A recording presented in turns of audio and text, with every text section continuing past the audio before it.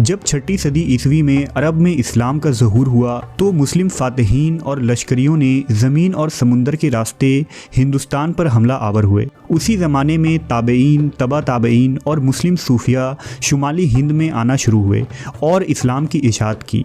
लिहाजा 11वीं सदी और 12वीं सदी के अवाइल में अयोध्या में भी इस्लाम ने जन्म लिया और यहाँ के लोग भी इस्लाम से मुतासिर होकर दीन हक़ को कबूल करने लगे। अयोध्या की तारीख़ में अहम तरीन दिन तब आता है जब साल 1526 ईस्वी में बादशाह बाबर हिंदुस्तान पर हमला आवर हुए और यहाँ अजीम मुग़लिया सल्तनत की बुनियाद रखी।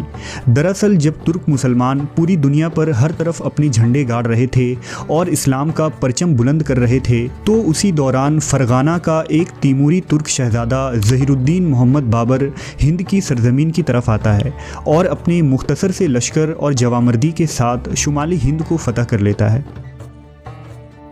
बाबर न सिर्फ एक दूर अंदेश और अजीम बादशाह था बल्कि इस्लाम की इशाअत और हिंदुस्तान में मुसलमानों के फलने फूलने की फ़िक्र भी उसे दिन रात लगी रहती थी।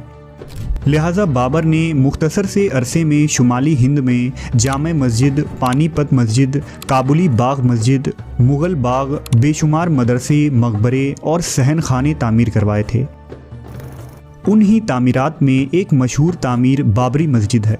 कहा जाता है कि ज़हीरुद्दीन मोहम्मद बाबर लोदी हुक्मरानों के ख़िलाफ़ बंगाल और अवध की अपनी मुहिम के दौरान इस सरज़मीन से गुज़रा था जिसे अयोध्या कहा जाता है।